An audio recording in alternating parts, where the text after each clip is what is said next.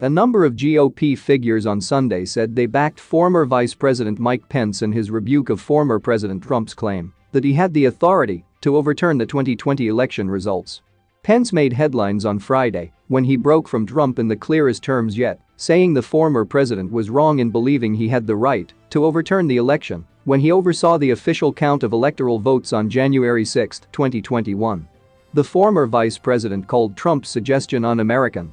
"I had no right to overturn the election. The presidency belongs to the American people and the American people alone," Pence said at a Federalist Society event on Friday. His comments came days after Trump issued a statement saying he believed Pence had the authority to overturn the results of the 2020 presidential election in Trump's favor. Pence refused to give in to Trump's pressure and blocked the certification of the Electoral College results in January 2021. Pence has indicated that he did not know if he and Trump would ever see eye to eye on that day. Several Republicans on Sunday came to Pence's defense, saying they agreed he had no authority to single-handedly give Trump a second term.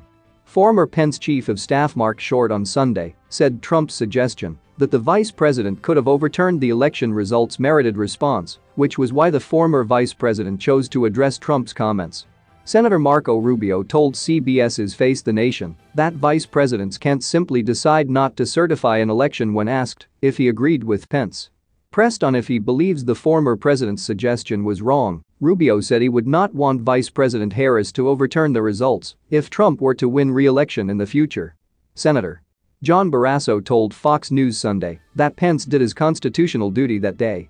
"It's not the Congress that elects the president, it's the American people," he added. Former New Jersey Governor Chris Christie said the actions the vice president took on January 6 spoke loudly, adding that he was glad Pence finally put words to it. "I don't know why it took him so long, but I'm glad that he did," Christie said. Christie, who served as a Trump advisor, called the January 6 attack on the Capitol an effort by the former president to intimidate Mike Pence and the Congress into doing exactly what he said in his own words last week, overturn the election. And during an appearance on Face the Nation, McMaster, who served as national security advisor under Trump, said he absolutely agreed with Pence's take on Trump's comments when asked about the remarks. "All Americans should agree with Vice President Pence," McMaster said. "It's time, I think, to demand more from our political leaders, demand that they stop compromising confidence in our democratic principles and institutions and processes to score partisan political points. And as you know, this happens across both political parties, and it's just time to stop," he added. Trump's statement in question specifically pointed to Congress's push to reform the Electoral Count Act as proof that Pence had the power to overturn the results of the 2020 presidential election.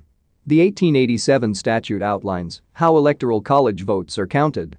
The effort to reform the decades-old law is gaining momentum on Capitol Hill, with members from both parties viewing the initiative as a bipartisan compromise to addressing voting reform, a top legislative initiative among Democrats that has since stalled amid internal party clashes regarding Senate rules. A coalition of Senate Democrats rolled out legislation on Tuesday that would clarify that the vice president's role in overseeing the electoral vote count is ceremonial and increase the number of House and Senate lawmakers needed to back an objection before a vote is triggered in the chamber. Under the law now, only one member in each chamber is required.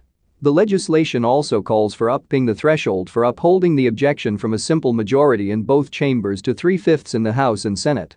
At the same time, a separate, bipartisan group of senators, comprised of 16 lawmakers, is working on its own proposal to reform the arcane law. That group is led by Senator Susan Collins and Joe Manchin. Manchin on Sunday told CNN's State of the Union that the true source of the January 6 insurrection was the ambiguity behind the rules for counting of the Electoral College vote, noting that the regulations were not. He said the bill the bipartisan group is working on would fix that issue. What really caused the insurrection? They thought there was a kind of ambiguity, if you will, and there was an avenue they could go through and maybe overturn the election, because there was. It was not clear, Manchin said. And when one congressman and one senator can bring a state's authentic count to a halt, it's wrong and basically not protecting the electors, and you can change electors before you send the here, after the election, all these things. This is what we're going to fix. And we have a group right now that's Stay tuned and subscribe to White House Politics for more political news and updates.